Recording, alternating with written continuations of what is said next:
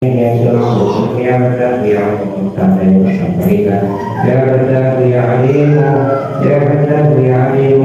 Allahumma salli ala sayyidina Muhammadin salatan tabi'una biha min ahli Allah wa rabbiha.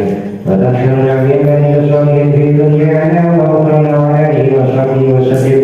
Allahumma salli ala sayyidina Muhammadin wa ahli baitihi wa sahbihi wa sallim. Allahumma salli ala sayyidina Muhammadin an-nabiyyi al-ummi wa ala alihi wa sahbihi wa sallim taslima. وصلى الله على سيدنا محمد وعلى آله وصحبه وسلم على آله وصحبه وسلم ومداد كلماته ولو كان الله مدادا لكلمات ربنا لنفذ الله قبل أن تنفذ كلمات ربي ولو جئنا بمثله مددا ولو كان الله مدادا لكلمات ربي لنفذ الله قبل أن تنفذ كلمات ربي ولو جئنا بمثله مددا ولو كان الله مدادا لكلمات ربي لنفذ الله قبل أن تنفذ كلمات ربي ولو جئنا بمثله مددا قال المصنف رحمه الله تعالى ونفعنا وفي به بذلك.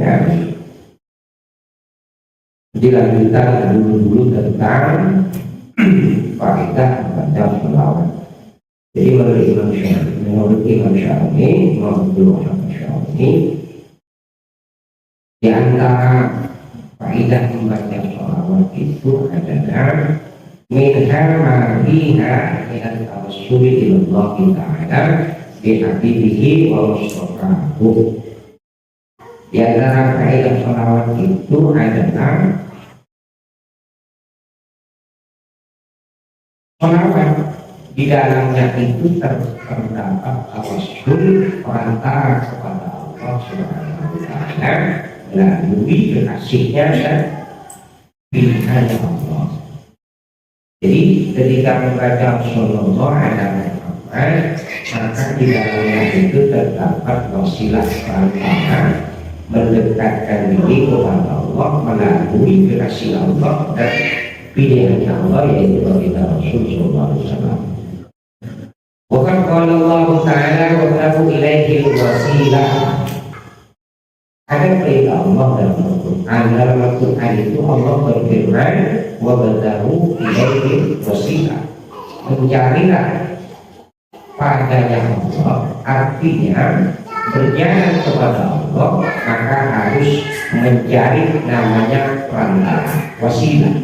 Kita pergi ke pasar tak bisa langsung sampai ke pasar, tapi mesti harus namanya pakai wasilah, pakai jalan, pakai motor, itu namanya wasilah. Begitu halnya kepada Allah itu mesti pakai wasilah. Maka di sini dikatakan wala wasilata ilaihi ta'ala akrabu wala akrabu min rasulihil akram sallallahu alaihi wasallam. Tidak ada wasilah, tidak ada wasilah yang lebih mendekatkan dan lebih mengagumkan daripada baginda Rasul yang mulia. Jadi sebaik-baiknya dan seagung-agungnya wasilah dan paling cepatnya sampai kepada Allah adalah baginda Rasul. Maka sebelumnya dikatakan kalau kita tidak sempat kita ampun kepada Allah, tetapi kita banyak baca sholawat, maka sholawat itu nanti akan memberikan ampun kepada Allah. Jadi wasilah. Wa minha anna Allah Ta'ala amarna biha wa haqqana 'alaiha tashrifan lahu sallallahu alaihi wasallam wa takriman. Di antara faedah sholawat, orang pasti harus baca sholawat. Sesungguhnya Allah telah memerintahkan kita dengan membaca sholawat, dan Allah itu mendesak kita untuk senantiasa baca sholawat. Tujuannya apa? Tashrifan lahu sallallahu alaihi wasallam. Dengan sholawat itu memuliakan baginda Rasul sallallahu alaihi wasallam. Wa takbilan wa takbiman. Jadi ada sholawat itu tashrifan wa takbiman, memuliakan, mengutamakan dan mengagungkan baginda Rasul. Wa ma'adaman istamana dan husnal ma'ami. Allah berjanji kepada orang yang mengamalkan sholawat itu diberikan husnal ma'ami. Jadi diberikan tempat yang bagus. Kita akan memakai besok awal adalah kuburan. Maka orang yang banyak baca sholawat itu Allah akan berikan husnul ma'abi, kan, diberikan tempat kembali yang bagus. Wal fauzan, Allah akan memberikan kebahagiaan. Kemudian kebahagiaan itu berupa wal fauza bi jazil sawabi, dengan agungnya pahala.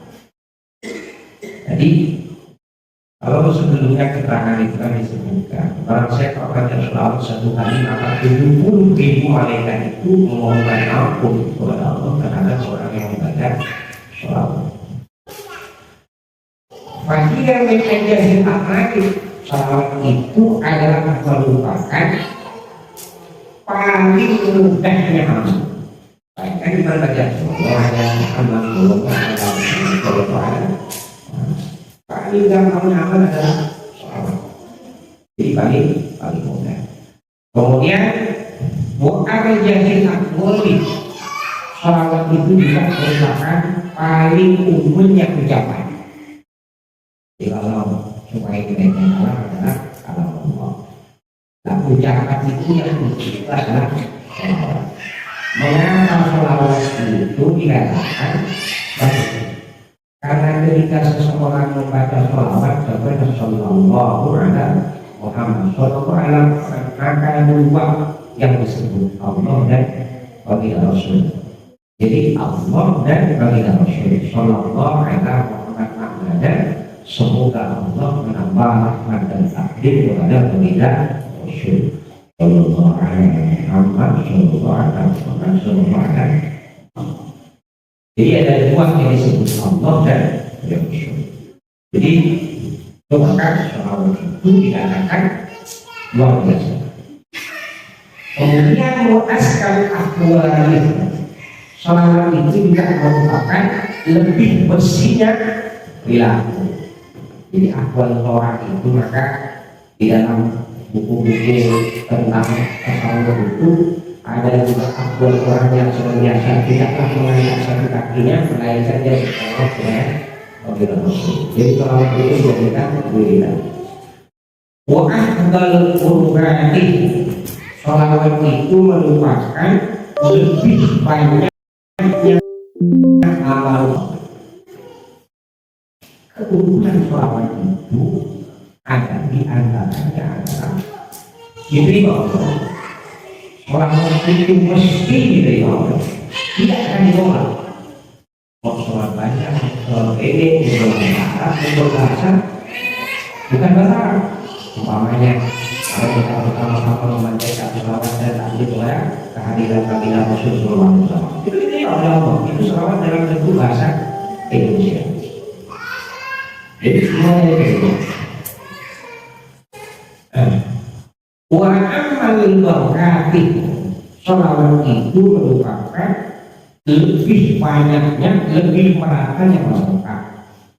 Kalau ingin masa batu beras, baca Muhammad Sallallahu alaihi Muhammad atau Rasulullah Muhammad wa ali Muhammad, Allahumma barik fi rizqina. Jadi itu kasih ibu gimana berbarokah.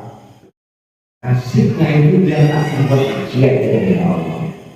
Jadi anak-anak itu nanti dia masuk ke kekuasaan itu dia rajin, dia itu bermaksiat. Maka dikatakan di sini wa'amal berkati, jadi lebih umum, lebih banyak, lebih maknanya barokah.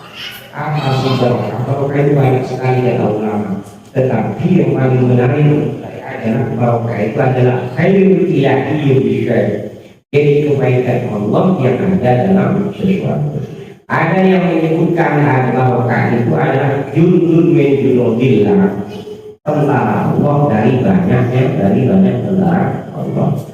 Maksudnya bagaimana? Ketika barokah itu masuk ke dalam umurnya itu digunakan untuk amal bertakwa.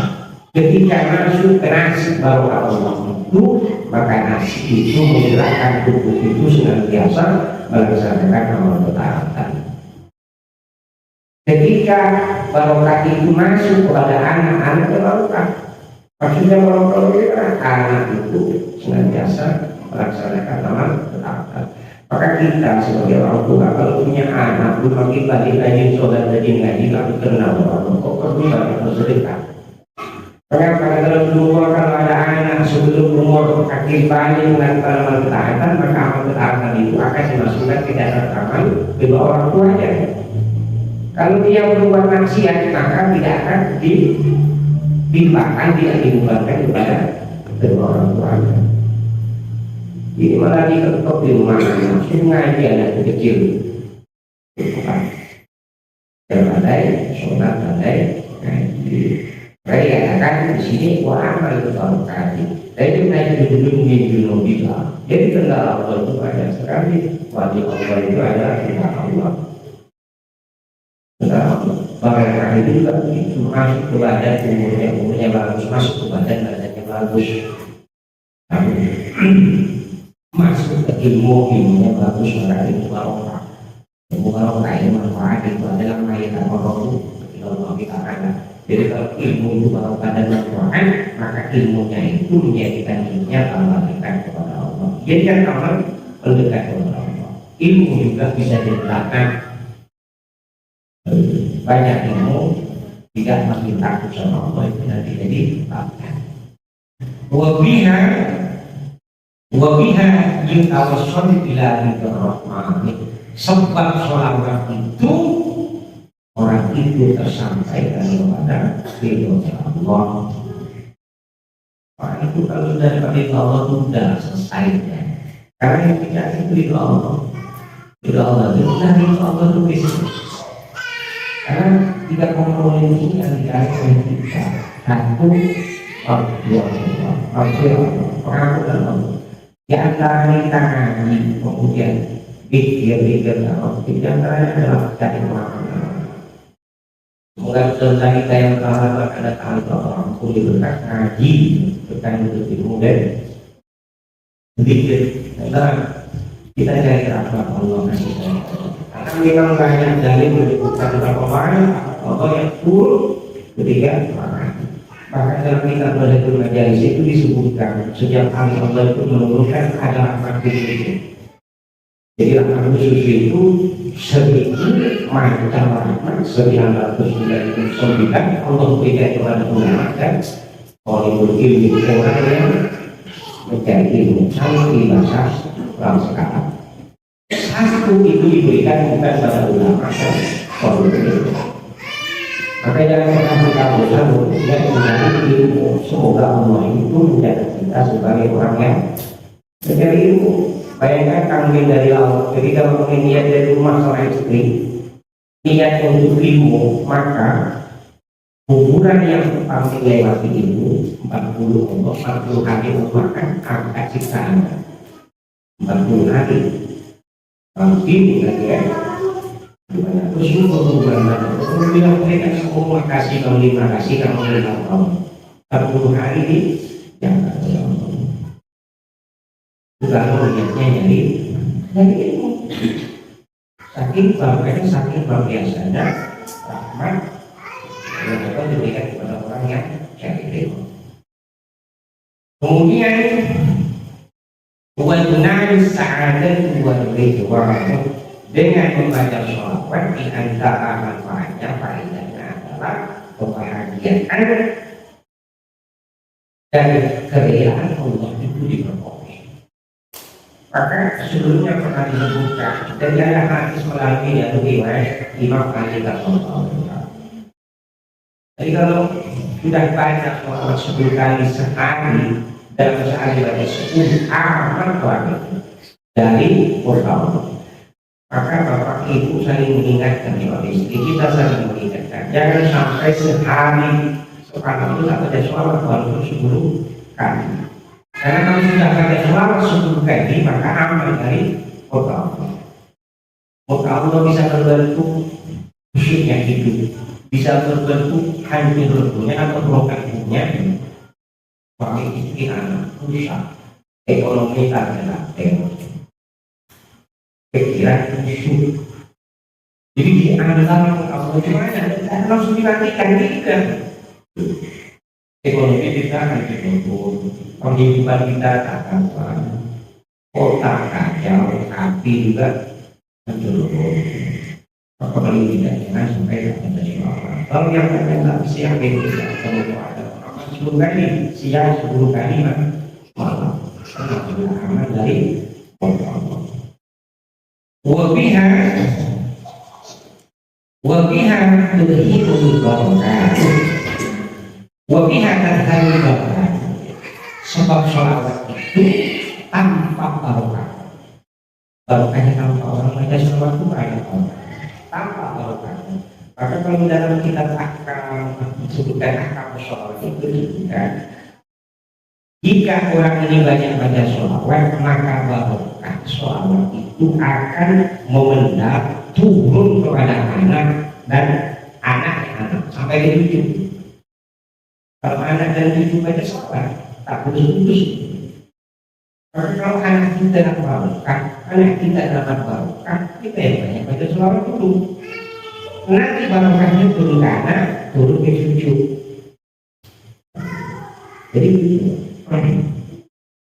Wajibnya da'awatu pakitan sholawat itu kalau berdoa doanya itu makbul dikabulkan. Maka ketika dalam kitab syarah Tauhid itu ada sahabat baca sholawat. Ketika sahabat baca sholawat kata baginda Rasul selanjutnya salatu kata baginda Rasul. Setelah baca sholawat silakan kau minta maka kau akan diberi salatu kata baginda Rasul. Jadi kalau nak minta sama Allah terlebih dulu kita memuji baginda Rasul. Kalau kita apa yang diminta? Kalau tak minta pun tak apa-apa, nanti pasti dikasih. Itu bagian. Jangan minta terus. Ya kan? Puji-puji Allah, sambil belajar baginda Rasul, ini tidak. Kemudian, wayang hati ilah akhlak darajati. Sholawat itu juga menjadi sebab si pembacanya itu akan naik kepada derajat yang paling tinggi. Wayang hati ilah akhlak darajati. Wayajbaru sudah menukulubi dengan membaca sholawat, faedah sholawat itu akan ditampal letak-letaknya hati. Hati kita dilepas yang kacau-kacau. Hati kita diletakkan sunnah di situ ada, mobil di situ ada, hidung juga ada, riak apalagi. Belum lagi kotoran kerak-kerak yang lain, sebentar pergi, sebentar hapus, sebentar banyak. Kalau baca sholawat maka hati yang menjadi tujuan itu Allah akan tambah dikit-dikit, ditambah dikit-dikit, kerak-kerak Allah hilangkan dikit-dikit sedikit. Kemudian wayufa'an aliyat dunubi dengan membaca sholawat faidahnya adalah terampuninya dosa-dosa yang besar. Berapa banyak cerita di sana semalam dihitung saja tidak bisa jauh. Terus aku melakukan HP ketika kita HP TikTok short di situ ada mengubah orang, maki orang, ini dahulu saya juga sudah dulu terus akan jalan di situ buka TV langsung nonton selebriti kan beli bang sana beli bang sini udah berapa banyak kita kalau dalam setiap hari itu kita mana belum lagi kaki ini melangkah ke tempat yang maksiat atau tempat yang murah bukan tempat yang menghasilkan nilai pahala. Dari dulu lagi tidak sangat banyak tetap bisa dihitung tidak bisa. Maka dengan membaca sholawat wayufa'an aliyat dunubi terampuni besarnya dosa-dosa. Jadi mudah-mudahan ada manfaatnya dan semoga kita mampu untuk senantiasa baca sholawat kepada Rasul